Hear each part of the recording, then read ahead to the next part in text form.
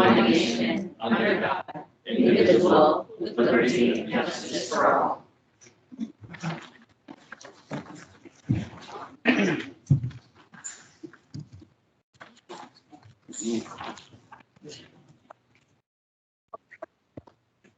Bear with me one second as I move stuff around. Somehow or another, every week I seem to get more and more stuff. So welcome everybody in the audience. Thank you for joining us. Thank you for joining us if you are virtual right now as well.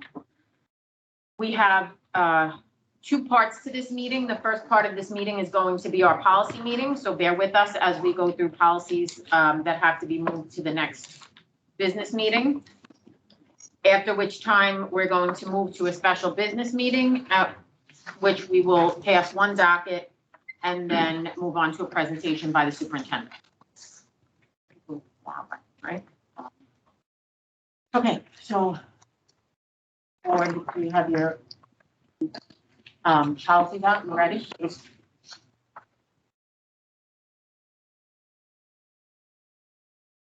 So many of these are just being reaffirmed. There were a few that have changes to them. So we'll start with policy 2485, which is handling of hazardous waste and toxic substances by employees. Hopefully we don't do that too often, but in chem class and stuff like that. This policy is just being reaffirmed. Again, all these policies have gone over by the attorneys prior to us getting them back. There are no changes to this policy. Does anybody have any questions? So on policy 2550, which is information and data privacy, security breach and notification, there was one area at the bottom of page 1, goes on to page 2, where we were removing certain language and adding in accordance with education law, if you've all seen that. So this is a change that came about because the state education department issued a decision under Ed Law 2D that said directory information, even though under FERPA, there is the right to disclose directory information. The state said that under education law 2D, that similar right doesn't exist. So in order for you to disclose that directory information, you have to show that there's a benefit to the district and the student to make that disclosure. So that's a significant change in the way currently been disclosing identifiable information that's been directly. Side note, who's our DCO? Is Nabila, right? Is this a new policy or is this? No, this one is just being Where amended. it's on the back from the other prior policies. You'll see where it says amended. The date will change next to the word amended. I'm just looking at, for example, like, The adopted, first one. reaffirmed. Yes, this one here says revised 215. On page 6, Oh, no, that's not. not the back. Oh, It's okay. just administrative. 2020. Right. This comes along with administrative regulations, which are new and being adopted today Got due to the change in policy. So everybody's okay with that policy? Okay, so transportation for school-sponsored activities, which is policy 3546, is just being reaffirmed. Straightforward. Everybody's okay with this one? Yes. Policy 4271 was grievance procedures for non-certified and non-represented staff members. Employees is being revised. You can see it in page 2 on the bottom under procedures. Everybody read and understood that? And anybody have questions for Chris for that? Yeah, this is just in accordance with the general municipal law requirements. So the majority of your staff is represented by unions. This is for those few employees that you have that are not represented by unions. You do have a policy that's mandated by law where you have a grievance procedure if there's an issue that comes up with those. Everybody understand that? Yes. We're all good with that? Yes. Okay. Policy 5111 is age of entrance. The only change on this is in 2A. Last question. Go ahead. Now that we have a pre-K, do we need to add any language for age of entry? Three, they added on number three. It's on the back. Oh. Yeah. Oh, helps to scroll down. Thank you. It's on the bottom, on your case. It's on the back. The add under 2B1 is not clear. What's the add? Is it that entire rest of the sentence? It's the star instruction to that Just provided. the asterisk? That was missing. Okay, so we're adding an asterisk that we should have had to be. Okay, works for me. So because you see the asterisk, the work is on the bottom. Okay, so we're good. Mhm. Moving on to the next policy. Excuse me. Next policy is 5120, which is our attendance policy, our district attendance policy. This was amended as well. I believe it's page 3, or scroll down to page 3. I could be wrong, it's 4. Oh, 5, sorry. 3, 4, 5. 3, 4, 5, 6, whatever, page 7, which there isn't one. Only on the top, you'll see under middle school, there's the change. It's number 2. Thank you, thank you.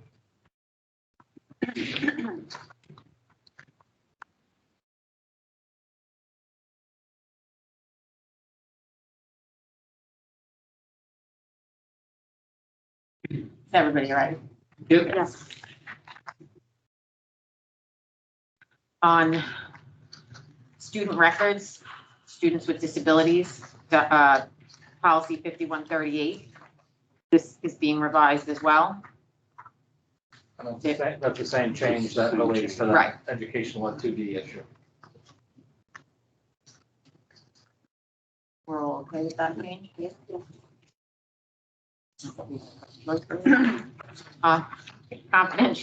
Confidentiality of student records, access and challenge, policy 5158 is also in the back.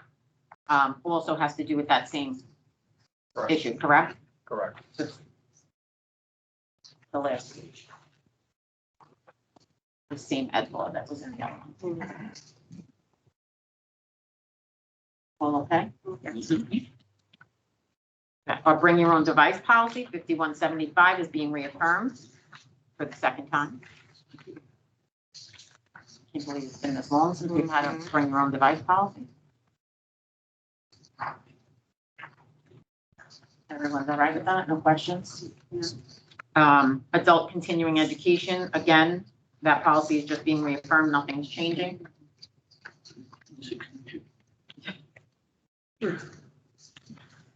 1962, we had a lot of adults in.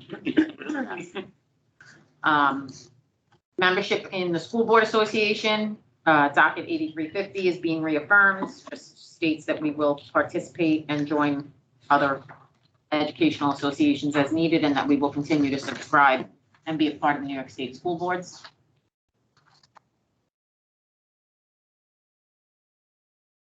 Place not to be. And policy 9410 is signing of checks. This is also being reaffirmed as of this date. So for those in the somebody had a question. For those in the audience that don't know, when we just reaffirm, we try to keep our policy book up to date. So every couple of years, we cycle through and just reaffirm the policies that are in there, make sure that the attorneys have no changes, or that we have to change something based on the way the district is now working or being handled. So at this time, I just need a motion to move the dockets to the business meeting of February 15th. So moved. Second. All in favor? Aye. Action passes. Joan,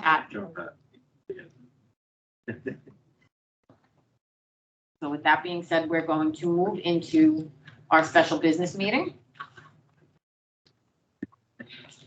So I need a motion to move, excuse me, a docket 1-270. So moved. Second. Any questions? All in favor? Aye. Aye. Motion passes.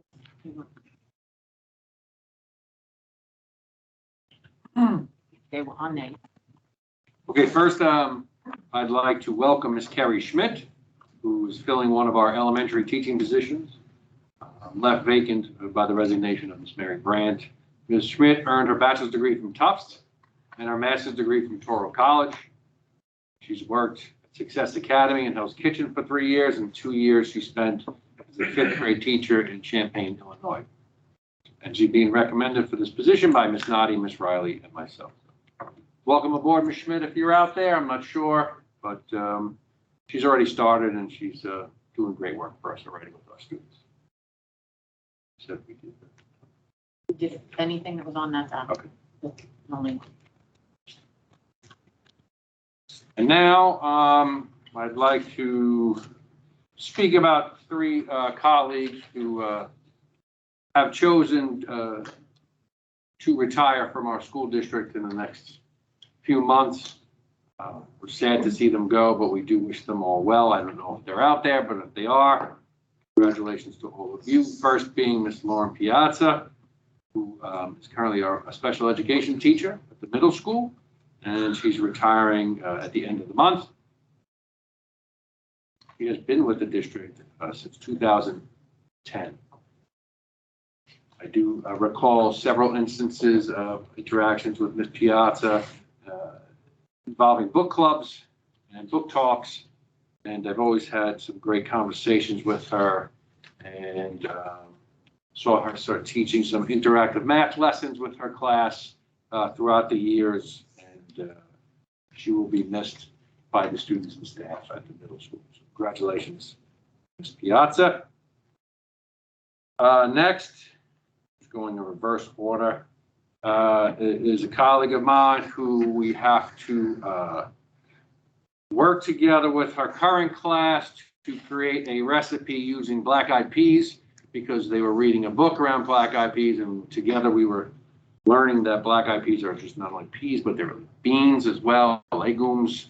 So the kids were very interested in that. So we're going to figure out a healthy recipe that is student-friendly, and we're going to be cooking that. But Ms. Messina has been in the district since December of since 1990, and she's retiring at the end of the school year.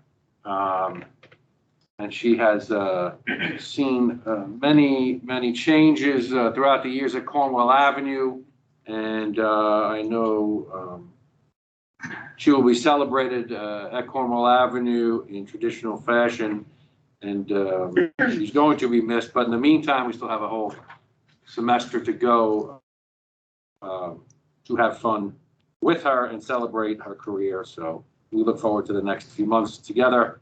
And I know recently she has been the student council advisor at Cornwall Avenue. And one of the great things she always did that I always enjoyed was the changing of the seasons and the changing of the books at the front of Cornwall Avenue in the main lobby. It was always great for the kids to see what books were up next that they could take out from the library. So congratulations, Edna. You will be missed come June. And last but certainly not least, I don't know if she's here either, Ms. Teresa Lent, who's a social studies teacher at the high school. She's retiring effective April 1st.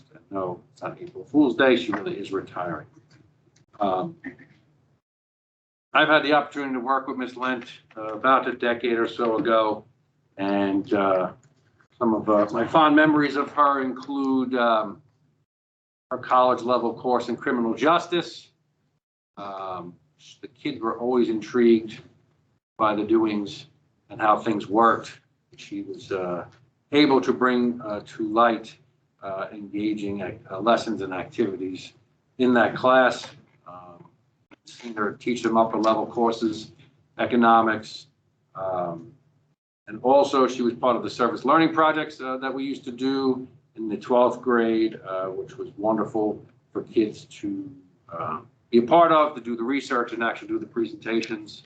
And she was one of the people instrumental in making that happen. And we wish her all the best in the future and a happy retirement. So Ms. Lent, Ms. Messina, and Ms. Piazza, congratulations to the 3 of you, and all the best in the future. So.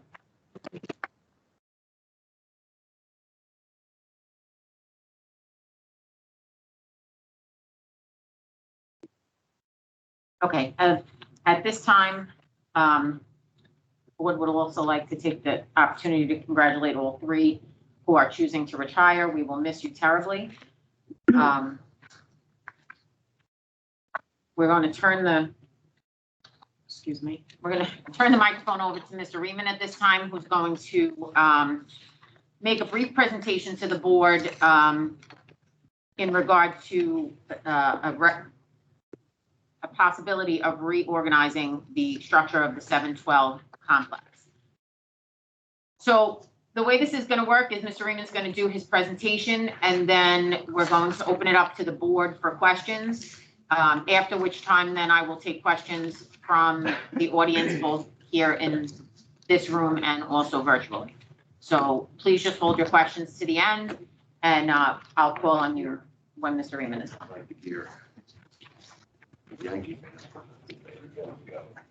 He's busy talking. We're talking the Mets, it's always very important. Hey, I'm sorry? That's why you're on that end. Throw you out. On the good end, yes. I stood over here because I saw what he was wearing. Inner circle. Good evening, everyone, and thank you. Thank you to the Board of Education for this opportunity to present this idea for discussion. I want to thank the parents who have already shared questions, and also to a particular parent who shared a great research article that I've incorporated to the presentation tonight, to staff members who have shared various articles and also a podcast that I listened to, incorporated that as well. I want to begin with just an introduction of two students, and it's not on the presentation. And I just ran into these two students in the last day or so. Now they're younger. I'm not going to tell you what buildings they're in. The first one I will, the second one I will not. You'll see why in a moment. First one, it just entered our pre-K, which is 2 days old, and could there be anything better than opening up a pre-K? I'm not really sure. But here's a 4-year-old who knew the difference between a pyramid and a triangle. Some of you might not be impressed by that, but there are adults who do not know the difference between a pyramid and a triangle. And he was able to go into pretty good detail about what a pyramid was and what made it different from a triangle. We also have a young elementary student who arrived here recently and had to take a plane, a train, a boat, was in 2 foster homes, and made her way here alone. I want everybody to keep those 2 students in your thoughts as I go through this presentation, because I can say this and I'll just speak for myself. When I went to school, it was a different time than now. We did not experience the great diversity that we have in this district. And one of the true beauties of this district is that it looks like America. It is America. And the kids, the students, kids if you're a parent or a guardian, students if you're a staff member, are the reason why we are here. And they are so diverse, so intelligent, and it really is our job to fulfill their potential. So 3 ideas that I want to discuss tonight as to some of the reasons why, or the reasons why, and I'll explain each one just so we're all on the same page. Advancing pathways, closing aspiration gaps, and enduring viability. If you're not aware, NYSED, or the New York State Education Department, has been implementing a new approach to education entitled Reimagining Readiness. It started before COVID. It's continuing now. If you're not aware, they tried to apply for a waiver. Ms. Riley's very sad, not happy, to remove some of the accountability measures that ESSA has put in place from the federal government. So they're going full steam ahead, whether we like it or not. So we need to keep up and match the expectations that NYSED and the federal government have. I think COVID has forced us all to improvise, adapt, and overcome. And with trust, a common purpose, an accurate sense, an acute sense of urgency, we have seen that's possible to create and enact plans, processes, and systems that are good for students and staff at speed. Let's talk a little bit about pathways. This is a big question. I think by advancing pathways, what are we talking about? We're talking about being able to build programs that are fully mapped out, that are aligned with further education and advancement, while also providing structure and guided exploration for undecided students. And I'll show you a few examples about pathways in a few moments. We're looking at the potential for a newly structured onboarding process, including instruction that provides students with clear, actionable, and usable information that they need to get off to a right start. Instructional support and co-curricular activities that are aligned with classroom learning and career interests. Responsive student progress monitoring that's aligned with intervention and resources to help our students stay on these pathways, persist, and progress. As well as proactive academic career and advising from the start through completion, while with assigned support staff at each stage. Closing aspiration gaps, I think, to me, is one of the biggest things that we need to focus. What is an aspiration gap? It's the distance between what students like to see happen, whether it's a goal, whether it's an ambition, whether it's just what they say they like to do, right? And what repeatedly happens in practice, which kind of leads to the kind of culture we have in a building, right? Closing the aspiration gap is more important than ever. We can't go back to the old normal anymore. This pandemic is over. We've been yanked away from routines and routine cultures that we inhabit. And we have an unprecedented opportunity here to build positive new scaffolding for transformation, supports to provide opportunities for all students. I want to be perfectly clear about that. This is truly about all students, not some students, not one student, all students. And to reimagine readiness in our students, it's imperative that we close gaps hindering our students' growth, continue to build cultures of Kaizen or continuous learning. The last piece, enduring viability, is an opportunity to be more efficient. As the late Edwards Deming once said, 94% of problems are due to operating systems, 6% are due to people or people-driven ideas.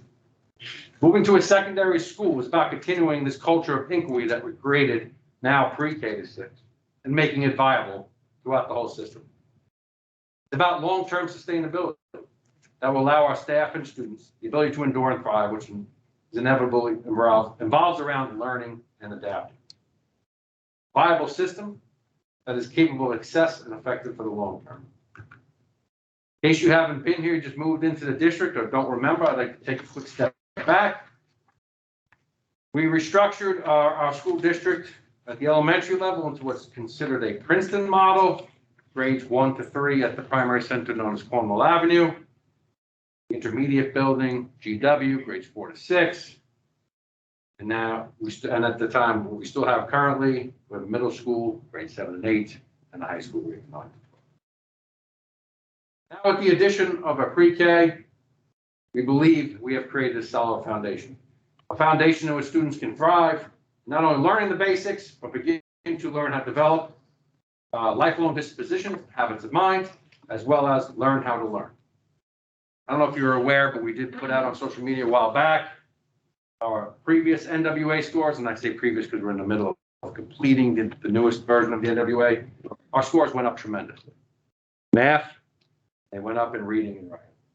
3 through 6 scores were up the last time we took part in an assessment, and our reading and writing continues to grow. As we continue to develop a comprehensive pre-K 6 program, how do we continue to build on this momentum?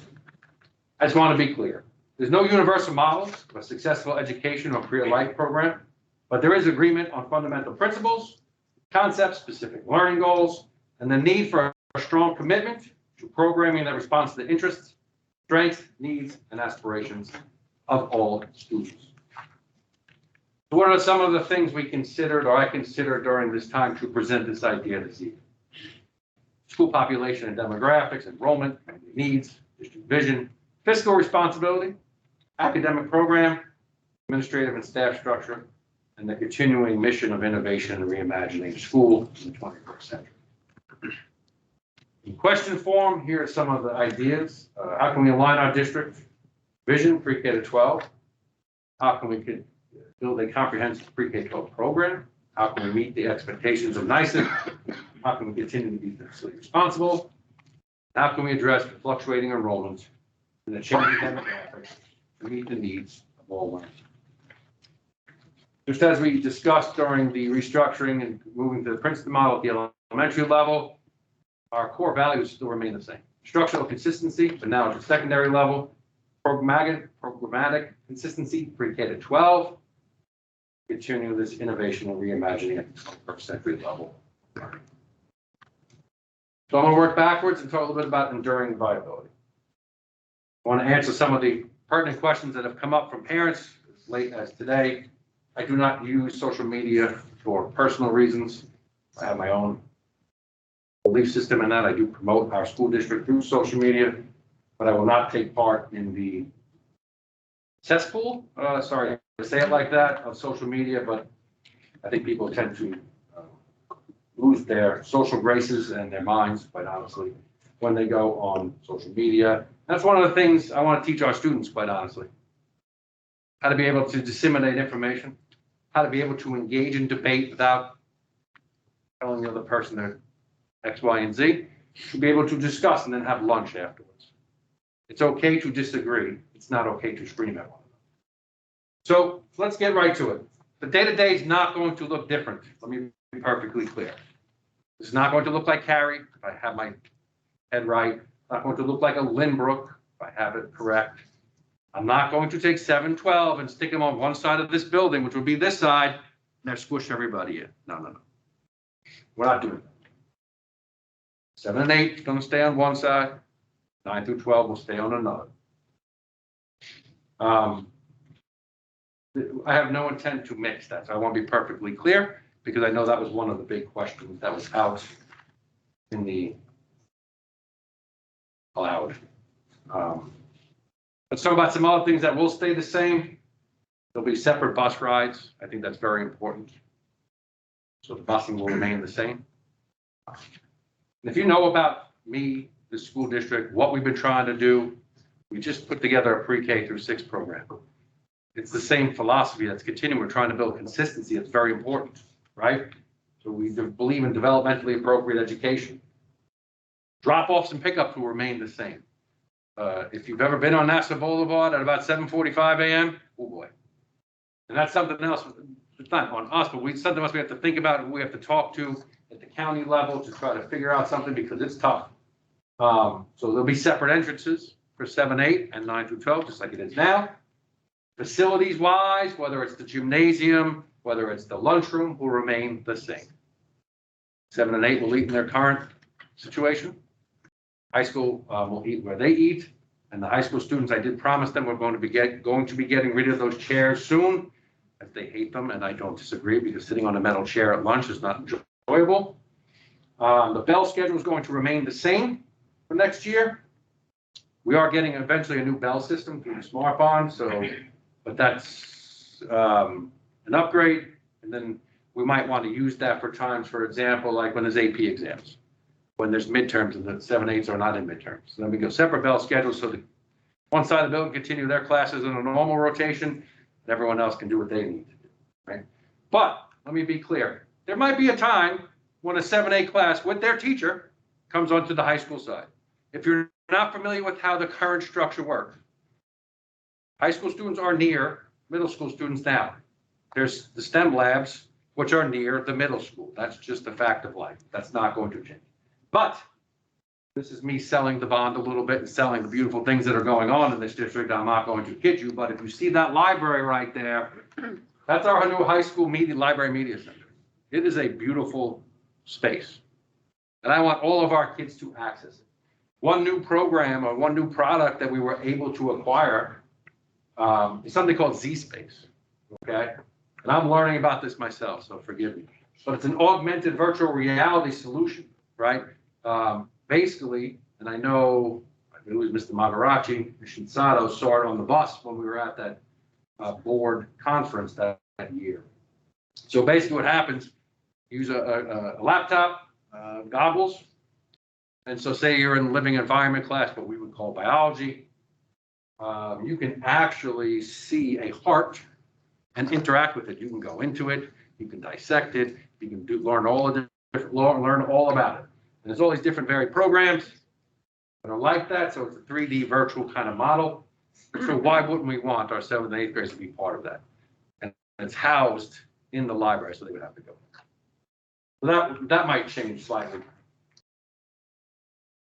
Let's talk a little bit about structure. I am suggesting that we move to a 1 principal, 3 assistant principal model. With regards to the staff, we've already begun the process for next year. We're running 2 schedules, a middle school schedule, high school schedule through Power School. That's not going to change. Throughout the next year, if this plan is adopted, we're going to have to start a task force and meet with parents, meet with students, meet with the staff to discuss how to make this better, right? So we're going to continue on with the way it is right now. But I think, and this is one of the key things, besides the academic piece, a key piece is having one vision, right? As we move into the 21st century, I think it's very important that we have a secondary school where students can be a part of something with fidelity that allow them to flourish and, again, close their aspirations. I think having one vision allows for an effective instructional approach. It's going to set clear and high expectations. It's going to be able to promote an inclusive and participatory classroom culture and motivate students to become independent learners. We set that goal from the second they walk in now at pre-K. We want them exiting our school as graduates who are fully autonomous learners. Very important. I think this gives us an opportunity to utilize our resources in a better fashion, right? We can be more productive, keep people from burnout or underperforming. Give us some flexibility with the staff to do different things, introduce new electives, introduce new pathways, which I'm going to talk about here in a minute or two. I think the initiatives that we have and any new issues that might come down the pike in the future can be managed better because we're going to have one vision, one leadership. And I believe, this is most important, we're going to get a better ROL or return on learning. We decide to move forward, like I said, I want to be clear, we will create a task force where we'll hear everyone's voices so that everyone can be a part of this process. I just think a unified administrative team combined with current initiatives and ideas such as overarching goals, pre-AP and AP, and interdisciplinary teaming work has been occurring in both physical plants, but I believe this is the time now to create one unified structure, unified pathways to give our kids, our students, the best opportunities. It's really the time now to take advantage of the best opportunities that middle school and high school offer and create a secondary school. Teaming, choice, rigorous learning environments that set students up for success, right? We want to create a secondary school that allows students to see and make sense of the world. We want to create learning experiences that focus on active exploration, major concepts, ideas, and theories that respond to essential questions. And this is all work we've been doing with the staff. Students should be exposed to the history of these ideas, the struggles and controversies necessary for their development, the kinds of questions and problems that are key to the discovery process, and their special role in effort and creativity. Let's talk a little bit about potential cost savings. I don't have real numbers because it's going to depend on a few things as you will see here. So I want to give you some examples. We have had already at the secondary plant some retirees. As you heard, 2 of them, of the 3 tonight, are a secondary school educator. So typically a teacher retiree is going to retire at master's plus 60 credits. In step 24, their salary, and I'm using round numbers just for ease of discussion, it's $130,000. We don't replace that teacher because there's not a need for that teacher, right? Well, obviously we would save $130,000. Typically, if we have to hire a teacher, we hire a teacher that's either brand new, MA step 1, anywhere up to typically MA step 5. As you can see there, The salary range of that is anywhere from $60,000 to $70,000. That would be the approximate saving if we did it that way. I'm going to come back to that in a minute. We're going to give you an example of a clerical. Clerical in step 10, which is the highest step, using round numbers, is approximately $65,000. If we were to hire a new clerical person, step 1, $25,000. That's a savings of $40,000.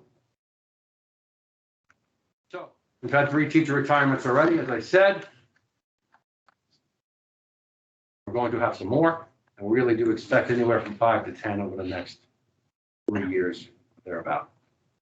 We're going to look at each one on a case-by-case basis to determine need, which can lead to more savings. So I think we need to respond to the realities of a complex, rapidly changing world.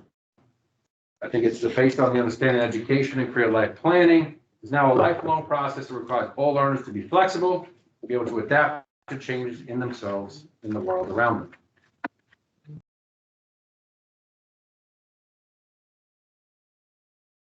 Current research talks about significant positive outcomes when clear articulated education and career life planning programs are implemented across an education system. An improvement is found in areas, as you can see here, student engagement, fulfillment of personal goals, developing both independence and resilience. All fits into the work we have begun, case 6, introducing 712, work as we continue. We need to place a greater emphasis on helping all students develop both knowledge and skills from an early age throughout their entire pre-K-12 experience. I know there's debate out there that some people feel knowledge is one thing, skill is another thing. It's an either-or proposition. That's a false dichotomy. You can't develop critical thinking skills without knowledge. You can't develop knowledge without the critical thinking skills. I believe the work we're doing now will see that through. There's also research that shows students in grades 9 through 12 working directly with students in middle school through a peer mentoring program has positive two-way effects, right? I think, like when we have career day, STEM career day is a great example. Our graduates come back, they share their stories and their successes and their struggles, and our current students get to see what it's like in the quote-unquote real world, whether that real world is college or the workforce. I think that's very important.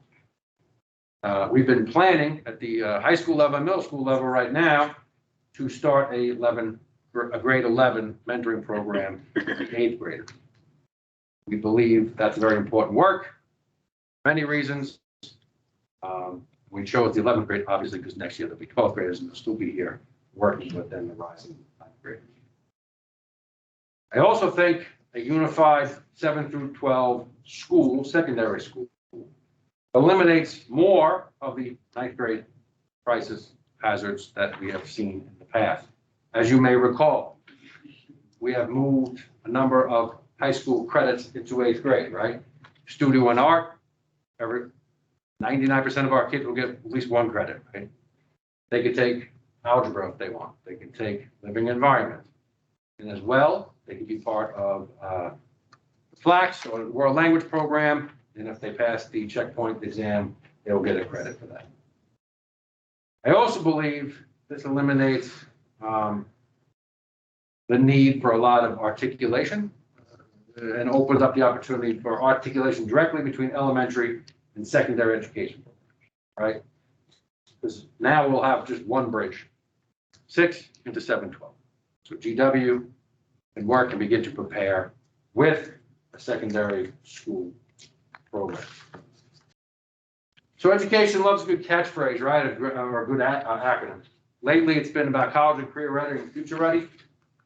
And as we discussed a little bit earlier, the world is changing. We have to rise to meet these new challenges. But hasn't school always been this way? Hasn't it always been the mission? Have we kept up? I think the answers to both those questions are yes and no. As I stated earlier, NICE is looking to create more pathways. I believe our district's already ahead of the curve, and teachers meet these expectations by building a tool belt of strategies to challenge students with a more rigorous approach that creates student autonomy. In 2020, We sent 2 student representatives to the NASA BOCES Reimagining Readiness meeting, which included 2 students from every school district in Nassau County. And in speaking with our students, and we got the report back, they want all different types of instructional approaches presented to them. They want learning opportunities to fulfill their potential. They want to be able to learn continually. I'm using my word now, but to produce mental sweat. They don't mind working hard, but they want to be engaged. And as they say, have fun doing it. So I don't know if you can see these, but so these are 5 of the questions that the students were asked to focus on. I'll read them out loud just in case you can't see them. What do we want students to know and be able to do before they graduate? They were asked to consider the following: academic knowledge and skills, social emotional knowledge and skills, civic readiness knowledge and skills, 21st century skills. By that they mean communication, collaboration, problem solving, etc. The second question: how do we want students to demonstrate such knowledge and skills? They were asked to consider experiential learning, coursework, projects, assessments, portfolios, work experience, internships, and community service. I've yet to hear the word test yet, right? The world is changing around us, whether we like it or not. Question 3, how do you measure learning and achievement? Number 4, how can we measure achievement accurately, reflecting the skills and knowledge of our special populations, such as students with disabilities and English language learners? Consider the following.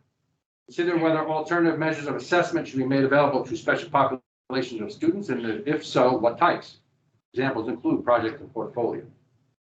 The 5th question: what course requirements or exams will ensure that students are prepared for college careers or civic engagement?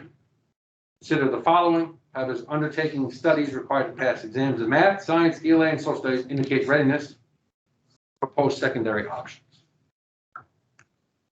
Where are we and where do we need to go? I believe a secondary school offers students more time to learn and internalize aspects of the school's culture that will affect their success, while the school can expose students to college and career pathways in earlier grades. Development of meaningful student-teacher relationships is critical for helping students succeed after graduation. The longer teachers spend with students, the more invested they can be in supporting students' long-term growth, the better they can understand individual student needs. The overarching goals that we've already established at the high school: mindfulness, goal setting, communication, literacy, and critical thinking can be more easily implemented by the staff 7 through 12 and quicker to internalize by students. The ideas of teaming and the interdisciplinary work throughout the secondary plan, which has begun in the middle school, can be further developed and expanded upon, providing more pathways for our students. I also believe teaming and that teaming approach allows our staff to better support students' emotional, social, and academic growth, right? Because they can monitor students together. I know our middle school staff right now meets regularly. Something I'd like to see at 9th grade, maybe even a little bit 10th, depending on need. And this is some of the work that we've begun, but I think a 7-12 plan really allows us to do this consistently and flexibly. We've done a lot of work around deeper thinking and learning, authentic work, presenting to real audiences, looking at big ideas, critical thinking, problem solving. But again, I don't want to leave out knowledge, very important. You have to know something. As well, student agency and personalization. What does that mean? It means giving students voice. Their education. It's very important they have a voice in that education. What goals do they want? How do we help them achieve those, right? And a fusion of technology. When I first came here 14 years ago, I was a true believer in technology, to the point where they asked me the following question: if you had a choice between technology and a rug in a kindergarten center, which would you choose? They thought I was going to say technology. I said the rug always. I still believe the rug today. We're starting to bring the rugs back. Because the best 45 minutes in education, if you know anything about education, happens in kindergarten, then happens on the rug. The amount of learning that goes on, it's incredible. And that feeling and that collaborative nature is something we can recreate at an appropriate level, grade 7 to 12. So you may be aware that we've moved away from the traditional 4 core subject areas. And we've done this to help meet this readiness standard that's set forth by the state. We have a humanities department, fine performing culinary arts departments, the STEM department, and obviously we have the PE health athletics department. As you may be aware, we've been promoting reading, writing, listening, thinking, speaking critically daily. The entire staff has done fantastic work at the K-6 level, now the pre-K-6 level. We have the same opportunity now in 7-12. Let's think about the humanities department for a minute. I'm going to broaden this out to the state level. The typical English department class in New York State meet these new expectations? Are they diverse in all ways? Are they addressing media literacy, information literacy, tech literacy? Is the state going to rename English? Because we're hearing that. Could it be renamed communications? And what are the implications? I'm not going to go through all the graduation or diploma types. I just put a few up here for reference.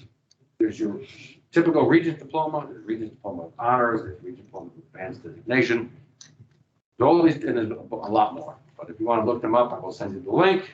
But these are important because each one is a core expectation, 22 credits, X amount of Regents exams you have to pass 4, and then you can go up higher from there and adjust accordingly. The state is, like I said, is moving forward. This is not, they're not stopping. Phase 2, we're in phase 2, and they're going to keep moving forward. COVID, no COVID, pandemic, no pandemic, whatever they is, no, we're moving forward. So we have to keep up and keep moving. And we have. And I have to say, through a pandemic, I am amazed at the students and staff, the help of parents, the help of administration, help of the board, help some federal funding. We've done some really, truly great things, and I'm looking forward. Counterintuitive to what I typically say, I'm looking forward to assessments and tests. I want to see where our kids are truly at. There's nothing wrong with that. It's another measure. It's a measure, not the end all be all. What's important? Just recently, they put out a new 4x1 pathway. They call the pathways 4x1, so you have to pass 4 reading exams plus the 1, which is the pathway, right? And I think these are important because this is where students get to have choice and say and voice in what they do. They have to sit through English class, they have to sit through science, they have to, right? They have to do all these things. Some kids are going to love English class. Some kids are going to want to be scientists. Some kids would like to be mathematicians. Some kids are going to love the arts, and we need to present that opportunity to them. We are a small district, yes, but we can still do this. I'm going to give 2 brief examples. Fine performing culinary arts. This is an art pathway. 8th grade, they start studio and art. They can go into drawing and painting in 9, advanced college of drawing, painting in 10, right? So in 10th grade, you can acquire college credits already at a steep discount if that's your cup of tea. In 11th grade, you can get into AP drawing. Now, here's something we would like to investigate and like to add and think about as a 12th grader. Can we do an art residency program here? Can we connect appropriate use of technology, right? Connect with an artist, let them do some kind of work through that and acquire credit. We're working on some other things in which we can get kids trade experience here in school. Then they can they can have a union job when they step out of school. Because not every single one of our students, the other 2 I just told you about in the beginning, have the ability to go to college right away. But think about it. If they can be part of a union with a $50 an hour job, they can then save money and go to college if they so choose. Again, it's about presenting opportunities. I'm not telling people what to do, but I want to make sure that they have opportunity to do what they want, to close that aspiration gap. Every child deserves that. Every child deserves that. If that's not what we're doing, then we're missing the boat. Another great example, something we're very proud of here, is the world language pathway. Now you can either go through the Spanish 1, 8th grade, I'm missing the word, excuse me. Checkpoint A exam, you have to pass to acquire the high school credit, or as a 9th grader, and you take the Spanish for native speaker class, because we do have students that come here, just had a few more entrants who just got here literally by plane, train, and boat, and have come into our system. We will support them fully. And I just want to point out, prior to the pandemic, the 3 years prior, every single year, our ENL students, Regents scores went up. Right before the pandemic, we were about to have some of those students enter AP exams for the first time. That's work that needs to continue. So they can take this pathway, and as you can see, they can go through the course, honors courses, acquire a college credit, Spanish 4, they can go into AP Spanish after that. But not only create this pathway and get this pathway and acquire this pathway, they can also acquire what's called the seal of biliteracy. They can get a nice a little addition to their Regents diploma or advanced Regents diploma, whatever it may be. And we've gone in the last, this is year 3. Someone out in the audience can correct me if I'm wrong. We had 1 student the first year. We had 8 students last year. And currently we have 30 candidates.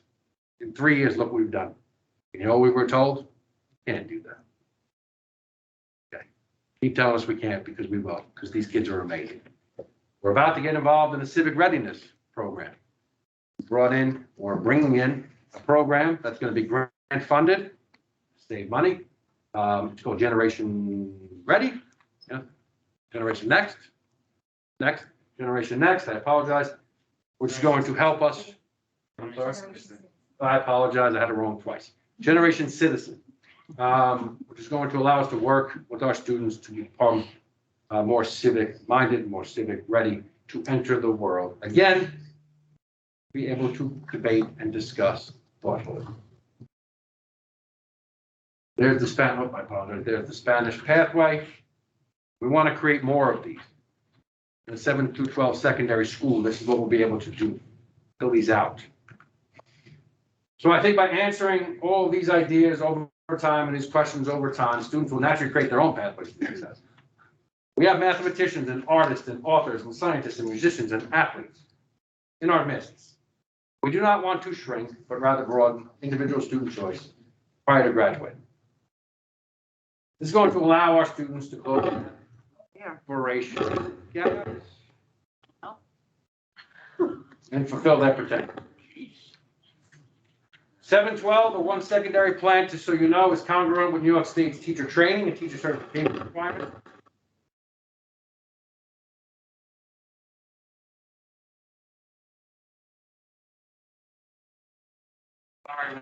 Second.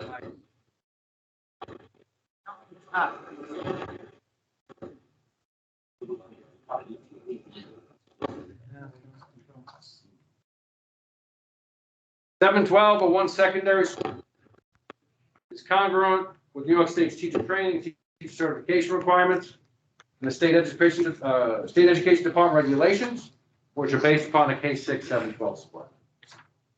Just to go back, talk about advancing pathways for students, closing aspiration gaps for students, and creating enduring viable models that can last over time. I'll just close with the last 2 things. I think this has been our focus here, designing learning. It's going to be our focus for the next few years. We're going to provide a more interdisciplinary-based program that connects big ideas and transfers important learning students need to acquire with our specialists to teach particular courses. A wider base for staff flexibility would exist than with almost any other grade level pattern. Different extracurricular activities and electives could be possible for students over their secondary careers. And a team approach to solving educational problems would be possible. Peer counseling and tutorial programs could be more easily administered. So just to close up, the aim of any system for any school is for everybody to gain. Students, staff, suppliers even, community, environment, over the long term. We need to continue our focus on improving the learning organization. Thank you. Take your questions. Thank you very much, Mr. Raymond. Okay, I'm going to open questions to the board first. So, does anybody have a question? Go ahead. You talked about the cost savings a little back with teachers. I didn't connect what that has to do with the 712. If that's not going to change, what do people's retirements and not backfilling them have to do with the new system? In terms of academic, it doesn't affect anything yet, but with declining enrollment, fluctuating enrollment, there are situations in which we don't need the amount of staff that we currently have. Well, wouldn't that be the case even with 2 plans? I'm sorry? Wouldn't that be the case even if we had 2 different? I'm not saying plans? it's not yet. Okay, so it's just an ancillary point to, okay. Well, I can't find the slide, but you said it would be one principal for the entire building and 3 AP? That's what I'm suggesting. Yeah, so then right now we have 2 principals, one for the middle school, one Correct. for the high school. So then that would eliminate a principal in the middle school. Would eliminate one principal. Actually, well, from a technical perspective, we're eliminating both principals and creating a new position for the secondary school. But yes. Go ahead, Jeff. So now we're gonna have one principal, 3 APs. Are we gonna change the positioning where they're at? Like, Well, we have, and that's where I start. If it is decided that this is how we're going to move forward, I need to meet with a lot of people. We have to reconfigure a physical plan, right? But again, can we be perfectly clear? 7 and 8 is going to remain on one side, 9 through 12 is going to remain on the other. But the adults, especially administrative adults, are going to change. Support staff might be situated differently, right? Because now we have a chance to take advantage to fully support our social emotional piece throughout the entire physical plan. So you said about a team approach, and I really appreciate that as a parent. Because children in the middle school now, when they go over to the high school there, it is a clean slate, which is a great thing on one hand, and a clean slate where teachers may not know these students, know their needs that are not written down on paper. Do you see that being able to kind of be tweaked and fixed by this team approach? That high school teachers will be able to team a little bit more effectively with middle school teachers in order to get to know, the Logans and the Jennifers coming into the high school? I do. I think that's a piece of this. I really do think the conversation is going to change, right? Like I said, next year, we've already started scheduling and processing and a lot of conversations that we have. I wouldn't suggest doing that right now next year, but in the future, for sure. I think a teaming approach now, I'm not talking 11, 12, but 7, 8, 9, maybe like a little bit into 10, depending on need and situation. A teaming approach is great. I think it changes the conversation. I think more eyes on a child, benefits that child. Right. Whether that child knows that those eyes are on them or not, they don't always need to know. And a support staff that I think rivals anyone in New York State, quite honestly, can be more effectively used throughout the 7-12 plan than they are currently. So I think that those combinations of things, which creates a true teaming approach, it's not just about the academic piece, will allow us to catch more kids before they go.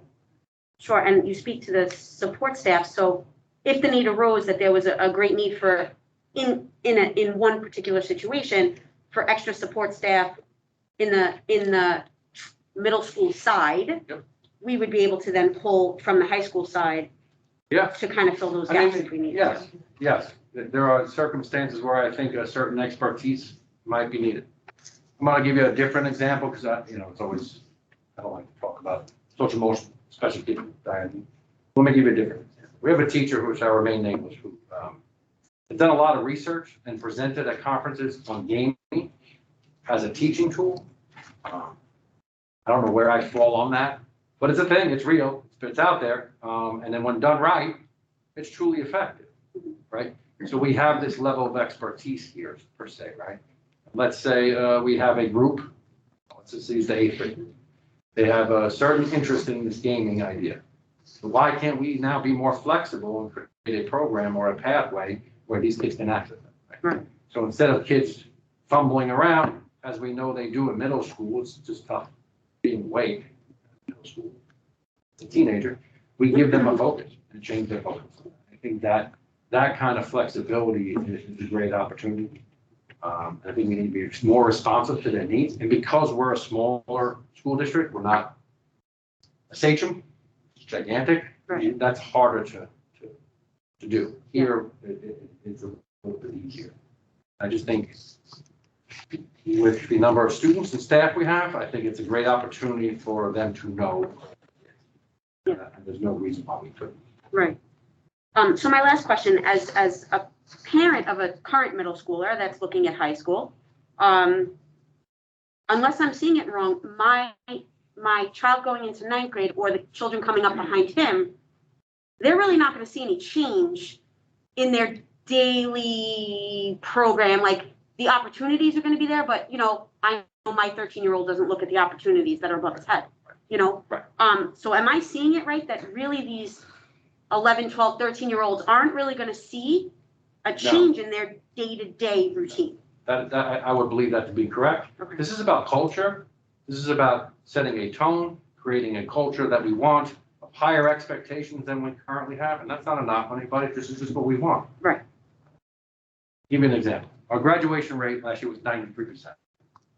People have come and said to me, brand new residents, I came here because that's a great number. My response was, well, 7% didn't graduate. It's not a great number. You know, there's a difference, right? There's nothing wrong with celebrating the great things that have occurred, because in the last decade, we've gone from 82% graduation rate to 93. Good, that's very good, and that should be celebrated. Okay, that's great, but we're not gonna be happy until we get to 100, or as close to 100 as possible. So always cases where there's, you know, sometimes a student transfers in 19. We're not gonna graduate. It's not possible. We have to provide that student with opportunities to be successful in the world, right? So what does that look like for that student? You know, I don't, if they come into our district, they're part of our family. That's it. We're not always gonna see eye to eye, we're not always going to agree, and that's okay. That makes us all better. But we're all part of this grand family. That's the way that is. So if a student comes into this physical plan, it's our job to educate them the best we can. And I think we have a unique opportunity to meet state expectations and far exceed state expectations. We have planted the seedlings here. The work that goes on, if it's done with fidelity, is tremendous.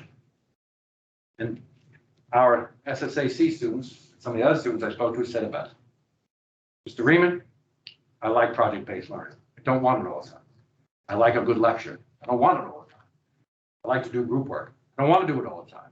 I like to work alone. I don't want to do it all the time. I want choice on my homework. I want to have a voice in what I learn. Okay. So they say it to a T. Third graders say it. I know it has nothing to do with this conversation. Fourth grade, fifth grade, sixth, and talk to them. Just talk to them, right? And that's what we do. We talk to the kids. They're learning, you know? And so we have to be cognizant of that. And this is what they want. And it's not just our district. This Reimagining Readiness, they're all saying it. This is consistent across district.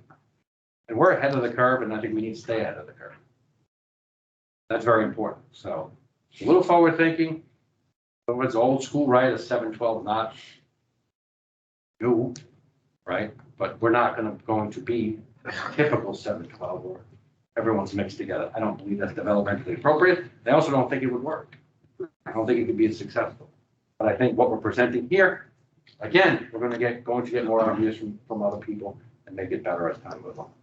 Like anything, first year is always rough, second year is better, it gets better and better over time.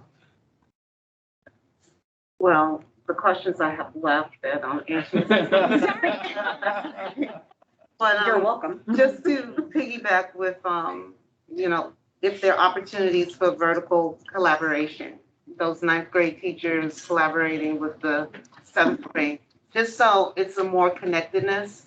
Sure. I know being an 8th grade teacher, I'm always telling them They how skip high over school. you, the 7s and the 9s skip over you. You know, they don't realize in 9th grade how close it is, and they don't see how those habits they build in 8th grade, how it impacts them as high schoolers. So I'm hoping that if this should come to fruition, it will help to just bring home the importance of building those healthy habits, those learning habits, Sure. those study habits, because high school is, you know, it's under the same umbrella for the most part in terms of ensuring the same principles. Right. I think One Vision does that though, right. right? Right. One Vision does that. If you have a leader who has high expectations, it tends to follow suit, right? Everyone gets on board. It's kumbaya, but it shouldn't be. It should be honest, open debate about what works and what doesn't. I want that. That's important. Again, we want to teach kids how to do that respectfully, right? We want adults to do that. That's an important part of the work as well. And just my last piece in terms of the principal, that he or she is going to have to be dynamic enough where you're nurturing to those middle schoolers, yet you're still, I don't want to say strict, structured enough that they're instilling with them a sense of responsibility to Yeah. carry them into and become autonomous learners. I do agree with that. But I think, again, because we're the right size school district, we can pursue without really just paying lip service to it, provide personalized learning opportunities for these children, for our students. I believe we can. And I think we're in a unique position to do just that. And I think by engaging students and giving them what they want, you eliminate some developmentally inappropriate behaviors at times. I think you have kids focus on what matters to them, so they can be engaged. And I think just, again, one leadership model, one structure, and providing them pathways. And the beautiful thing is, these are not academies. So you're not stuck in the business academy, you're not stuck in the medical academy, right? Where, they're still teenagers, right? We want them to explore. They may bounce from one to the other. That's fine, that's what we want. We want to give them these opportunities. Because high school is one version, right? Middle school is a different version. But taking the best of both of those worlds and making it a secondary school allows kids, from the time they walk in the door on the north side, they can try on as many different masks as they want. That's really what schooling at this age is about. It's about trying different masks on, finding out who you are. And for them, it's not always about academic. It's, do I fit in social? Is my friend Christopher talking to me? Usually not. Therapy, but Who said he's your friend? and so it's all of that, right? That speaks to your point. So we need a leadership team who's unified on a vision. I'm not knocking anybody. I'm not saying they're not doing great work. It's just two different visions. That's okay. That's what it should be, two different buildings. But it's time, with the work we're doing, interdisciplinary approach, project-based learning, with lectures, assessments, not just tests. This is the way the world works. Walk into and I'm going to give her some props right now, Miss Geiger's class. Those kids are working as hard as anybody I know. And she's working hard too, but the work is different. Not in the front of the room. I'm not going to do lecture. I'm just saying, she's working with kids. You can't find her because she's sitting with groups all the time, right? She wasn't learned that way. She learned how to become that, and she knew and she valued the importance of that. And she's still trying to perfect her craft. But those kids go, and they know. Then they get their stuff. They get set. There's a mini lesson or there's a lesson going on in the beginning. They sit down, they get to it. Not, they get off to work. They do presentations, which are so important in the 21st century. I don't believe people know how to present. I don't believe people know how to speak well anymore. Right? Terrified. I see some writing samples I get for potential candidates. We have now, with our new initiative, third graders who can write more coherently than some writing samples we see trying to do. So I'm proud of that work, and that needs to continue. And the secondary plant is going to reap the benefits of that. Whether we stay as a middle school, high school, or we become a secondary plant, we're still going to reap the benefits of this great work that's going on. PreK to say. My turn. No, it's done.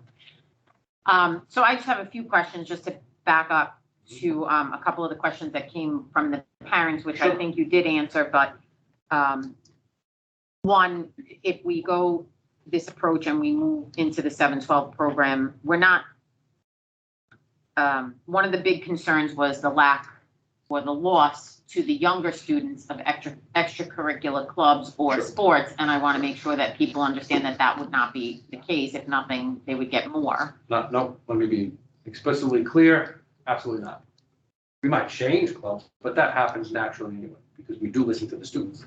And our rule kind of is, if a student wants to start a club, find 25 friends, legitimate friends who want to do this work, sign up petition, give it to the principal, and we'll go from there. And usually what happens is there'll be a club whose attendance is low or non-existent, so we'll eliminate that club.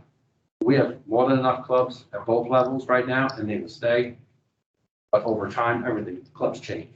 That's fine. And can we talk a little bit about the nurses? Sure.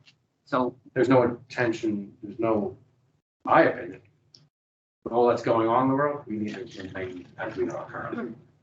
I think that would be a very not a wise choice right now to make any change with the nurse. You were here right before, well, we all experienced this, but in the setting, the week before the winter break, it was, we could have used 2 more nurses in this physical setting. So, no, it's not my intent at all. No. So, Or nor my so suggestion. currently leaving a nurse in each side of the physical plan. Each side of Right it, now. but they wouldn't move, no. I'm sorry, yeah. Okay, again, I just want to say for all of us, when we discussed this at the last meeting, and for those of us that have been here long enough, Vinny's not here tonight, but we'll use Joe and the rest of us that have been here forever, that this would not be the first time that this physical plant was a 712 building with 1 principal and 3 APs. So I just want people to remember that this did happen. It was not a long period of time when we were here, but it was a longer period of time back in the day, whatever. And it was not a terrible situation. The reason it got separated back out was because of the enrollment increasing and it became 2 buildings and we did it, same principle. We're just kind of going in reverse at this point. So truthfully, from what I'm hearing and what we're seeing, and the trend that's been happening over the last few years is the enrollment in the public school system right now, although it does change every year, it is declining. And so therefore, it gives us the ability to do this at this level. I mean, Mr. Riemann, you were principal in the high school, I don't know, 72 years ago. How many kids in the high school when you were principal? When I arrived, it was in the neighborhood of 830 to 850. Right, and currently we have almost that many. Mr. Puma would like me to say 574. 572. 572. So Get his numbers right. if you put both buildings together, You're at There's- that number. they're at the number that Mr. Riemann was having as 1 principal back, 6 or 7 years ago. And again, that doesn't mean that it's not changing, because every year the numbers going into the elementary levels change. Every year we get adult students, they think they're adults.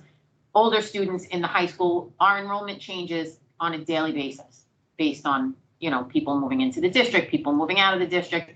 We have to remember that that's the case, but fiscally responsibly and to meet the vision that Mr. Riemann is putting forward, this is something that we wanted to discuss.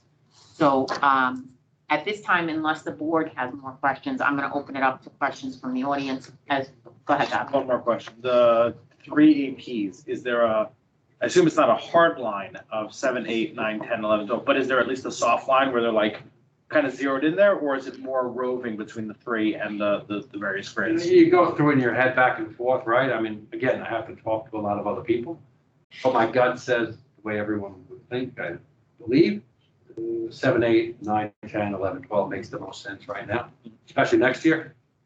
I want somebody greeting the middle school side right now, both middle school's gone negative, both secondary, younger secondary side, greeting those students every single day, both principal and that AP, so that they build relationships, and I think that's important. Could it change in the future? I mean, you could. I don't know. Depends on need, sure, right? But I'm a big believer in the social, emotional, academic. The only way to get the 3rd one, the academic, is to build the first 2, right? That takes a village. So you want consistency in that village. So, if I had my own way, which is not just about me, presenting the idea, I would have 1 solid person, 7, 8, another solid person, 9, 10, 11, 12. Okay, so at this time, I'm going to open up for questions in the audience, both here and out in virtual land. So if you're on the computer, I have to bring it closer. If you're on the computer, just raise your hand. If you know how to do that, it's the little hand button, and I will ask you to unmute and take your questions. But for the moment, I'm going to ask if there's questions in the audience here. So Mr. Sargent. Good evening. First, I want to thank Mr. Riemann and Mrs. Brown for taking the time to read that article that I sent you after doing a little bit of research. A number of years ago, Mr. Riemann, you made a proposal about Cornwell and GW was the right thing at the right time. And I think what you're talking about here, based on data, is the right thing at the right time. You can go and look online and you can find naysayers for what you're talking about, but I would rather look at some of the stuff comparable to what I sent the two of you. And there are some real good opportunities here. When you talk about an administrative restructuring, there's a lot of aspects of the word administrative. Sure. And I think it's natural to start with the word principal. And I think we're very fortunate here that the people in these two buildings that have in their titles the word principal are extremely talented, and we're fortunate to have them. And I would not want to have to make the choice of which one's going where. So I think that's an asset, and that's something in our favor. But you touched on the peer counseling and the mentoring that's going on. That's a natural with a one facility type of a setup. I would also throw out the opportunity that maybe somebody who walks in 7th grade has a guidance counselor that stays with them through 12th grade. And there's no having to get to relearn somebody and their special needs and the opportunities that should be afforded to that student. Have flexibilities there, you're right. Absolutely. You know, just the opportunity here to engage students sooner. And I think and not just that, but also to possibly even streamline services such as ENL, OT, and things like that. The possibility of streamlining in this building. But I think the two things that you touched on the most that I absolutely agree with, and not in no particular order. First, the opportunity of an academic pathway and being a more clear roadways or pathways for students earlier on to start making some choices. And the other key here that a lot of people aren't aware of, and you touched on it, I'm glad you did, is historically and based on data, what happens to 9th graders and how they're the least performing, they're most likely to miss school, to be absent, to have lower grades. And if there's the opportunity here for them to get to know teachers sooner, where there can be relationships that develop, where there are the opportunity for bridging activities that span the entire facility, not just separating the buildings. There is so much potential here to provide opportunities for positive gain for these students. And the only question I had, that I'm still rolling around, had to do with the cost savings you spoke about. And I was wondering if there's a way somewhere down the road, and I'm certainly not looking for an answer tonight, we could try to focus on not the minimum, but maybe finding a way to attract the best, because maybe by somebody on the high end retiring, well, maybe some of that money we're saving can be used to attract not just someone, but we can attract the best to try to come in. Well, that's a great point. And thank you for sharing. I'm sorry, we done? No, I apologize. Sorry, go ahead. No, I apologize. I cut you off. No, Mrs. Brooms, and this is for questions. Well, I'm getting to my one question. Oh. I'm wondering if there's a way, because this is so important, if there's a way that there could be like a monthly update, either at the board meeting or with your Friday announcement that you put out, to just a little blurb to where we are and what's being considered. Sure. And the conversations that are going on. We can do that for sure. That's easy. And that's it. Thank you very much. I want to bring up two key points. One I didn't mention tonight, but I think it's important to mention now that you brought up. You know, with flexibility of our support staff, right, which is administrative in nature. You know, we're in a partnership now. People are aware of this with Northwell Health, and this gives us access 24/7 to psychiatrists if needed, to evaluations if needed, to getting people in the hospital if needed, right? And so Ms. Karras and I just met with Vera. I forget her last name. It starts with an F. Foyer. And, you know, since we started in September, we've had approximately 30, I'm using round numbers, 30 referrals. We've had 15 families who've gotten support they needed. And that's a huge thing too, right? Because we're helping people who maybe got off track a little bit get back on track. And if not, we will find them the help they need to get the supports they need so that they can be successful. That's the first thing. The second thing is interviewing is everything. And it's something that I'm very passionate about. We use the term sparkle. Do they sparkle? they mock me, that group over there all the time, but I'm all right with it. Because you do want the best. Your children, our students deserve the best. And I have to tell you, we've changed our approach to interviewing. I'm not going to get into all the details, but I really do believe, and people can verify, the staff that we brought in over the last 4 or 5 years has really been dynamic. And the ones who just have not, doesn't mean they're not great teachers, this wasn't a good fit, this wasn't the right home for them. They found new homes, and that's okay too. But we do want the best for our students, for your children. And you have to have that passion about this whole thing. But that's a key. It really is the key to getting it all started. Because if you hire right, everything else tends to fall. So thank you for those thoughts. Questions? Mrs. Dolan, you had your hand up. Hi. In one of the slides, you were talking about, the staff talents and what people can offer and whatnot. So now that it would be, or it would become a secondary approach, would you take some of those teachers that were on maybe the high school level, a 10th grade teacher, and you use the example of the gaming in 8th grade, would they maybe have a period to teach that grade and then come back to high school and they switch? They can. I mean, they're certified 712, right? Most of them, so that is a possibility. Listen, I am a big believer in if adults and all people, human beings, are naturally motivated, they're going to perform better, right? So if there's a natural fit, teacher Y, who's in the middle school, is very interested in teaching college law. I'm just making it up as I go. In the high school, why wouldn't we want that teacher, who's the most passionate about that topic, teach that class? It just gives us flexibility. I'm not looking to just mix and match, and I wouldn't be the one doing it, right? Because we're not looking to create chaos. It has to be thought out. But again, we have talent. We need to maximize that talent. And I don't believe we are. Exactly.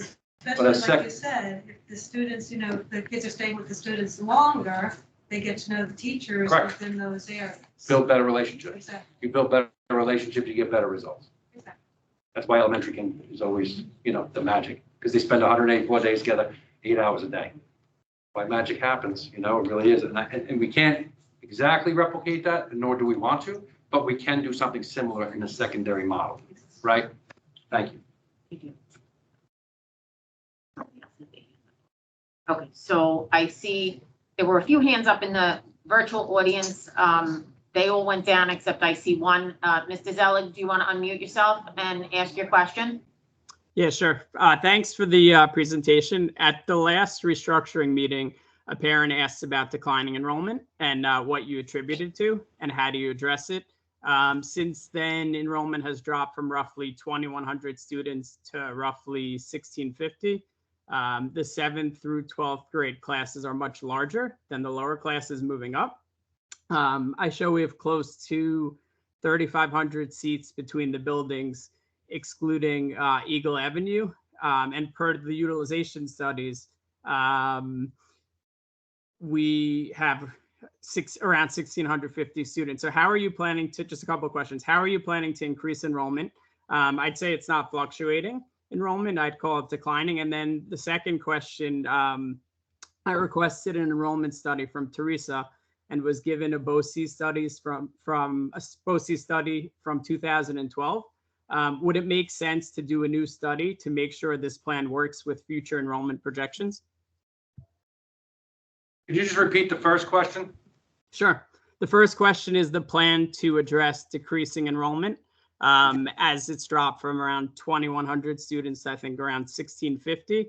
And the 7th through 12th grade classes are a lot larger than the lower classes that are moving up. Like the lower grades are around 110 and the 7th through 12th are much larger classes. So I'd imagine over the next few years, there'll be more of a decline. So how are we addressing this declining enrollment? And then the second part was related to an enrollment study. The last study was from 2012. It was provided by Teresa. I was wondering if you have a more updated study and if there, is a plan to do a study to confirm that it makes sense. This plan makes sense with the future enrollment projections. Thank you for your questions. Yeah, it's something we're going to discuss, a new enrollment study. You did get the most current one that we do have, so we will discuss that as we move forward. As far as how to address declining enrollment, Listen, there are families who live in this district, including yourself, who attend private school, right? Those are personal choices. I think we need to look at a few things. Number one, reach out to realtors and have conversations with them. We've done that. We will continue to do that. I haven't found that to be too successful, quite honestly. We need to offer programs, and we've started to do that. For a district our size, we offer 13 or 14, depending on the year, AP courses. Now, we pay for the first AP exam each year, which is approximately $95, $97 in that neighborhood. That allows students and families to save money if they want to attend college. We've had students who have left public school walking into college as sophomores because of the amount of credits they've acquired here. And that's something I don't think people are truly aware of. It's not the end all be all, but it is an option for a number of our students. I think we need to maybe address more of home ownership and have conversations with families about that, who's coming in, and have conversations as to why they're moving here and find out more about that. So some of the things we can do right now. But I think we're all aware that we have families who attend private school and will. I'm not going to, as a superintendent of schools or a public school, I don't have, if people are choosing private school for religious reasons, I say go and do that. I support that fully. I believe that we can be a fully functional public school, and we can have families who attend private school and still yet look like America and live the American dream. But you're right, the enrollment is declining, but numbers have stabilized a little bit, but it is worthy of further investigation. Okay, thank you, Mr. Zelig. When and if a new study is done, we will have Mrs. Bryant take care of getting that to you. Our next Thank question you. from it just says MJ, so I don't want to call you by the wrong name. So if you could just unmute yourself, identify yourself, and then ask your question. Yes, my name is Michael. I have two questions. The first is, I think, and maybe I misheard, that the 7th and 8th graders are going to be on different buses than the 9th to 12th. Is that? Hold on one second.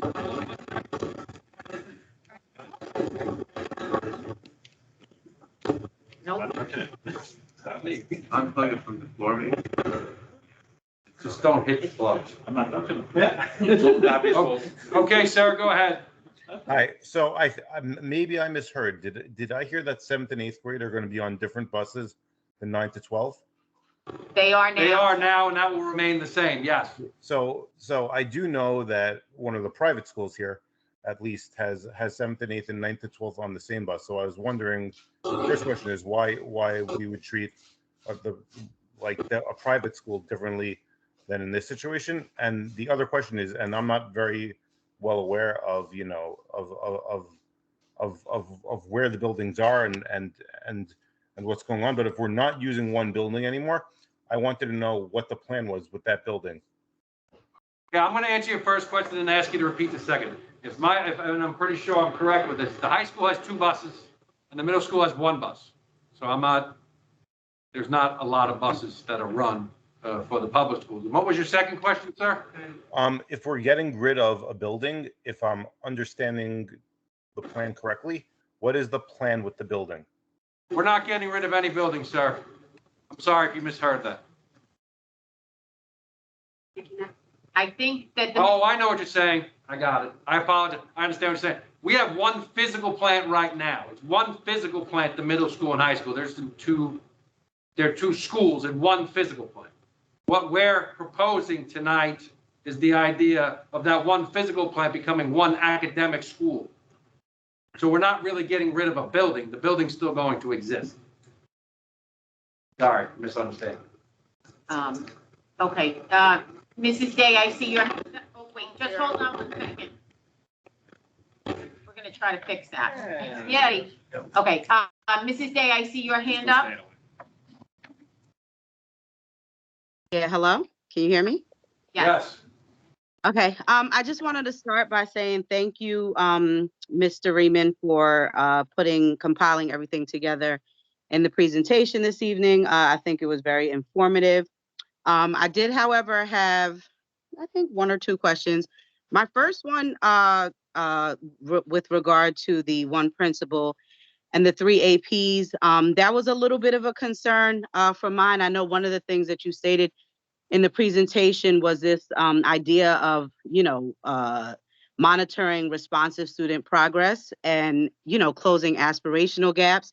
And I feel that, I know principals both and APs work collaboratively together to do that. But I feel like, the 7th through 12th, even though you do have a lot of teachers, that are certified in that grade band area, when it comes to looking at progress monitoring and closing aspirational gaps and having those formal evaluations for these teachers, and coming up with different interventive measures for the students with regard to strategy changes, instructional methods that might have to be altered to get students, where they need to be if there are aspirational gaps or progress gaps.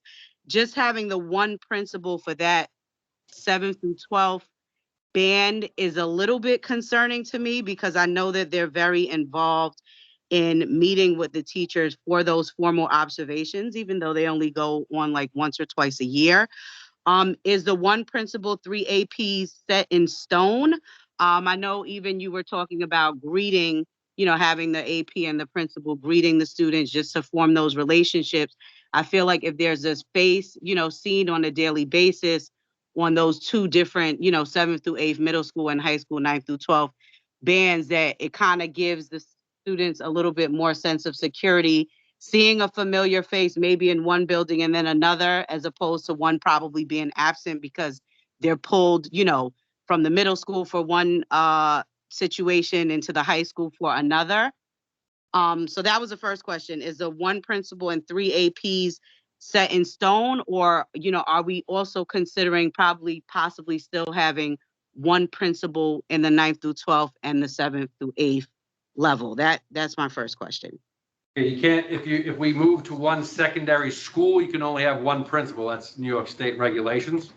And to address the piece about observations, and any administrator and a teacher, we're all on the same page on this one. APPR, we're governed by APPR law, right? And so principal is not the only person who does observations. No, correct. And so we have a very lean structure. So I'm even involved in non-APPR observations to help support everyone through this process, but everyone does observations. Directors, assistant principals, Miss Riley, myself. The only one who gets out of that is the business guy, because he's busy saying no. So just keep that in mind. And we all visit all buildings to do observations so that we as well can get to know the staff and also perfect our own craft in doing that. So I understand your concern. We can discuss that further, but as far as the observation piece goes, I have no concern about that whatsoever. Okay, and the second question was just like, are we in this proposal, are we thinking about like, grabbing teachers from like a 10th grade and then having them also teach on the middle school level? I'm just more concerned about teacher burnout, because I know that it's common for a teacher to know the grade band above and the grade band behind what they're teaching, because you want to know what your students should come in knowing and what they're, supposed to be learning before they go into the next grade. But I think, to have a teacher hop from like 11th grade into, a 7th or 8th grade class content, that would be a lot. And, as one of the other residents has stated, he was referring to, instead of hiring like a first year teacher, this is kind of along the same line, a first year teacher at a lower salary range to save, the district fiscally, to have someone who is more knowledgeable in that specific content area might be more beneficial for the students. So for example, if you have a teacher who has been teaching, let's say 7th or maybe 8th grade social studies for however many years, they're going to be more familiar with the content than someone who is maybe teaching 10th grade social studies and then jumping into doing, 7th or 8th grade in tandem with that. So is that like what we're thinking of doing, or are we still more focused on, having a teacher who is maybe more experience teaching the content area that they're like, that their strength, that they're strong in, that their strength is in. I don't know. Thank Do you get my question? And if I don't, you'll correct me. We're not, you used the word hopping. We're not looking to hop teachers around. We're looking for good fits to be able to be flexible. As we talked about a little bit just before, we're going to have opportunities when we create these pathways for teachers to find their passion and chase their passion. You know, each year at this time, actually, you know, we ask for requests. People will look for transfers. And I'm not going to get into it, and it's only at the elementary level, but we've had 3 requests for transfers this year.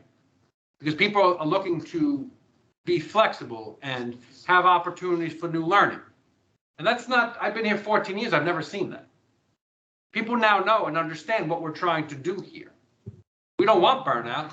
We want continued growth and learning, right? And so people are going to change grade levels. But if they have a tool belt of strategies, what we've been building for the last 5 years, right? And they have these great instructional approaches, they're going to be able to adapt to the content, right? I think some of the greatest teachers on the planet are special ed generalists. They don't exist as much anymore, but the state has finally regained their wisdom and come to their senses and is going back to that model because they were trying to find specialists, like, for example, high school social studies special ed teacher, because they were trying to focus too much on the content. That's not going to work. You take an expert, it doesn't matter about the years of experience, you take an expert special ed teacher, they'll learn the content, they're smart enough, because they have the tool belt of strategies to help the kids in front of them. So I think that's the most important. And if I could be wrong, and Mr. Lambo's the social studies person, 8 and 11, social studies is both US history. So that kind of jump is not really a jump. It's just maybe the level of complexity would change, but they have that expertise in US history already. And maybe somebody wants that. Or maybe they say, no, thank you, I'm good. And that's okay too. So that's why, it's another reason why this is just an idea. If it becomes to fruition, we have to have a lot of conversations with a lot of people. We're a participatory group here, and that's how we've done this work. And that will continue. And but what's always first and foremost for us is students. And if you talk to these students, they're passionate about things. You know, they live in a different world than we do, and I'm not going to go to, they use phones, whatever. I don't know. I don't know. I was in high school. I don't think I had a beeper even. I think I'm not old. So, you know, we have to accept that for what it is, right? I don't believe that they don't know how to communicate. They do. They just do it a lot differently than we do. I don't think their writing is great, but we're addressing that. Anyone who can't count change? Well, people have been saying that since the dawn of time. You go into 7-Eleven, right? Like, can I just have the 51 cents, please, right? Like we've all done that, and they used to say that about us. I mean, it's time memorial. But we're addressing that with our new math curriculum because our kids are doing more mental math. That's all it is. It's not brain surgery. We're not talking rocket science here. But you have to address the concerns as they come. So I think flexibility is the word, not hopping, right? And again, I'm really about not just giving students opportunity, but giving staff opportunity. So they shouldn't become burnt out. And if they are, they should retire. Because if they're burnt out, that's not healthy for them. And I think we've all done enough of the unhealthy through the pandemic. Thank you, Mrs. Day. Okay, I have, and again, I don't always know if the person logged on is the person's name that's actually raising their hand. So this says Maura Sharon, if you want to unmute yourself and speak.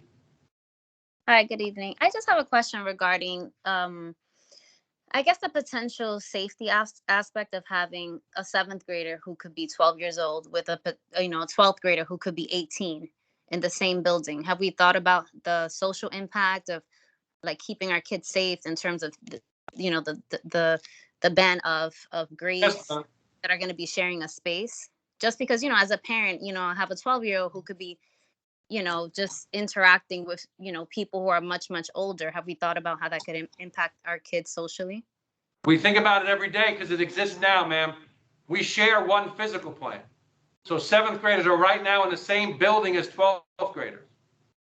I think what I need to do is when the pandemic calms down, give people a tour so they can see. Because it's happening now. This is not about like taking kids out of Cornwall like if that was the middle school and moving them over to GW, which would be the imaginary high school, and saying, all right, have at it.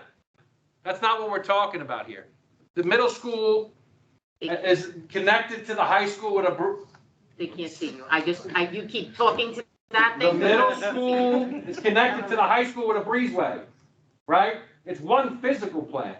What we're really talking about, what I'm suggesting is about the academic piece.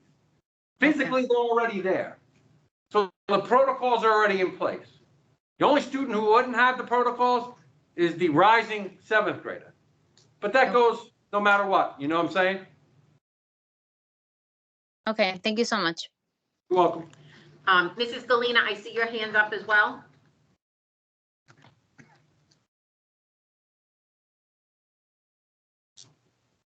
You unmuted, but I still don't hear you. I'm sorry. You ready?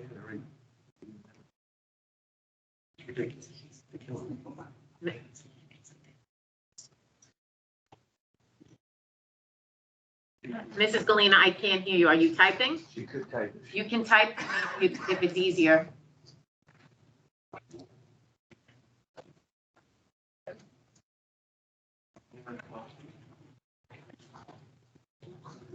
Want to go tomorrow while we're waiting? Oh, I'm sorry. That's okay. Emily Merle. So if next 2 weeks or the 15th, the board decides to go with this plan, does that mean this budget coming up, we will adopt the 7 through 12 plan, or are we going to have the task force and then work out a plan for like when is this going to start? So let me just, can I just address that for 1 second? This is not a public vote thing. This is. No, I know, but it's a board thing. This is right. This would be similar to the restructure where if the board opted to move forward with this after this conversation, or maybe a conversation on the 15th as well, then we would just vote to do so, and we would have to fill out a bunch of paperwork to go to the state. So would it begin September 2022? That's 2022, yes. Yeah, that's what. Thank you. Mr. Applebaum, you had a question? Yeah, just quickly. Take my job, why don't you? I apologize. You had mentioned, teachers being able to find something that they were good at, their niche, and then be able to perform or administer clubs to various groups of students. My question is, does this also give the flexibility for a teacher, say at the secondary level, who happens to have an interest or an area of expertise in something, to be able to run a club at one of the other schools throughout the district? So my question is, are teachers, since you're talking about moving them between different spots, because you mentioned kids being motivated as the main reason to come to school and be excited about learning, so maybe that could also give teachers and students a chance to get to know one another across the district instead of That's a possibility. It's a possibility now, but what we tend to do, because the kids know the teachers in the buildings they're in at the elementary level, we tend to give the teachers who are interested in teaching those clubs in that building. Like, for example, Stacey Schwartz does science. Stacey Schwartz, she science this year. Is Stacey Schwartz doing science? Boschnak, excuse me? Miss Connor is doing the STEM. Okay.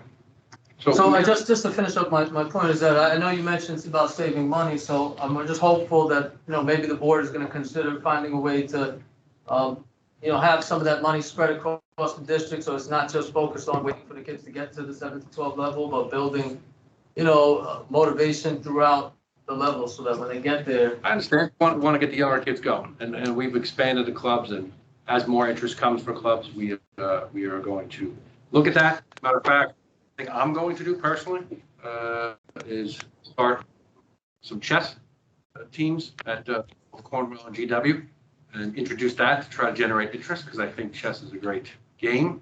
And it's also a great game to build thinking skills. And if that takes off, then we can run like something like that. So, just an example. We'll try. Mrs. Tracy, I see you now. You want to go ahead? Did it work? Can you Yes, hear go me? ahead. Oh, great. Thank you. I'm sorry. I don't know why it wasn't working. So I noticed that this is great, by the way. I love the information that you've provided this evening. Who is in charge of creating the pathways? Are there instructional leaders that are doing that? I mean, this kind of stuff takes a good amount of time to really get going. Are you providing curriculum writing for teachers at some point? It sounds to me like this has got, you know, a great concept, but I am concerned about the way that it will be laid out and how that those pathways are created. Okay, I'm going to go back to the example I used before about the world language example, the world language pathway. That was created 3 years ago by administrators and teachers. Right, okay. So that's one example, but there's probably several pathways that you have. Are you going to be providing that information? Yeah, we do. We will, but we do have pathways already created. Now it's looking for refining. I gave 2 different examples. The art one would be one that we kind of established, but we want to add to it and refine it, right? A Great, student who starts all the way through, we'd like to give them those residency opportunities in their senior year. That would be great. Absolutely. And then as far as a one principal concept, do you intend to have you ever had parents on a hiring committee for such a position? We always look for a parent on the hiring committees for administrators. Okay, great. All right, thank you. Welcome. Okay, do we have any other questions in the audience here in the room? I don't want to skip anybody. Byers, you had your hand up before. I had one, Mrs. Morrow answered it, got it. Oh, there you go. Thank you, Mrs. Way to Morrow. go, Em. Do we have any other questions in the virtual audience at this time? The only hand I still see, Mrs. Day, you have another question? Yeah, just my last question. About the different pathways, right? I know, Mr. Riemann, you were talking about art and world history, and one was created 2 to 3 years ago. Are there any additional pathways that are going to be implemented with the new 7th to 12th model that could not be implemented under the current model? If I'm understanding your question right, either way we could do pathways. I just think a secondary school allows for the pathways to begin at a younger age, and then at the back end of their career, like the senior year, we have the opportunity to give our students unique opportunities, which are not yet established, right? But I'm working on one now where, in theory, I'm not going to name the company or anything like that, because if it doesn't work out, let's say I have a company come in that is willing to do work in our school fixing something, right? But the agreement is they're going to provide learning opportunities for our seniors, or maybe even juniors, who are looking for a trade, who know they're not going to be able to go to college or do not want to go to college right now. Okay. Learn a trade. Then when they graduate, and here's the beauty of the idea. If they're good at their craft and they've learned, the agreement would be that company would hire them to work for them upon graduation. So a kid could graduate from our high school and have a job in hand, preferably a union job with benefits. Now they could save money, and as they get older, and if they choose, they want to go to college, they can do that. So that's just one example of the kinds of thinking that's going on right now.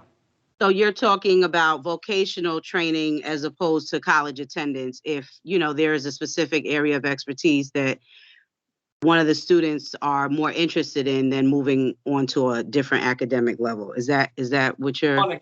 Correct. That's correct. But is that something that couldn't be implemented under the current model? I mean, that would be do that now. Like I said, we could do that now. Yes. Because I think what I'm having a little bit of a, what I would like to see a little bit more pronounced and spelled out. I mean, a lot of the things that you talked about as far as advancing pathways and closing aspiration gaps and enduring viability are all good whys. But I feel that a lot of these things, some of them, as you stated, are currently being implemented, like the art and world history, because those were, put in place a few years back. But I kind of want to see like a side by side, like, what could be implemented under this new proposed model that can't be implemented now under what we have now, and kind of see that like side by side to kind of make a determination as to, whether it really has to be done in order for us to implement some of these additional proposals that we're speaking of, this evening. Okay. I'll look into that. Thank you, Mrs. Day. Okay, no problem. You're welcome. And thank you as well, and the board as well. Thank you. And Mrs. Day, I did get your email earlier and I forwarded it to Mr. Riemann as well. So I hope that the questions today had gotten answered.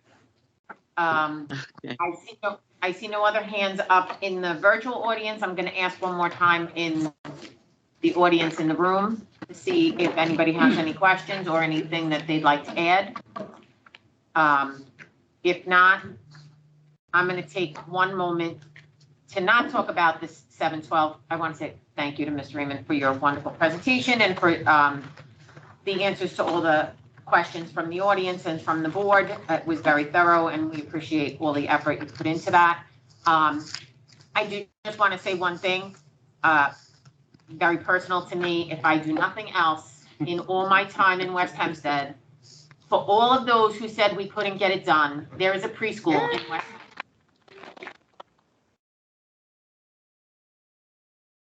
A great pleasure yesterday in emailing the people who told me I couldn't have it. Just saying. I did get the opportunity to be there yesterday when the first class of preschoolers came in, and I will just tell you that they are stinking adorable. And I will never ever say that I want to have another baby, but I might not go against being a grandmother sooner rather than later. The little boy that Mr. Riemann was talking about with the pyramid was just the cutest little thing in the world. And we had a whole conversation about his backpack. And he was so excited about being there. He was so excited about his backpack and he could be a turtle and it was the whole big thing. But I just want to say that truthfully, I feel I've done a lot of good stuff while we've been sitting here, that we as a board, we as an administration, we as a district have done a lot of good things being here, but yesterday was by far the best. So congratulations, West Hempstead, we have a preschool. That being said, sorry, Carol. How many kids are in the preschool? Currently speaking, we have 18 enrolled. For February to June, it's kind of like the soft opening. So September will be a full-on, open preschool. How many would be full-on? Well, if I recall correctly, UPK gave us enough for 53 seats, right? So that is, that was the free seats available, depending upon how the program is run, whether or not there would be availability for paid seats for the rest of the space that's there. But currently, with the funding and I will give him props, Senator Kaminsky and all the people that helped him get us funding through UPK, we were able to put 53 seats in for September. So if he'd like to if he's out there and he's listening, we'll happily take extra. Because I'm sure that we have more than 53 people that are looking to put their children in pre-K. I mean, I know we already do, but so we will gladly take as much as we can, but right now we're happy to have that.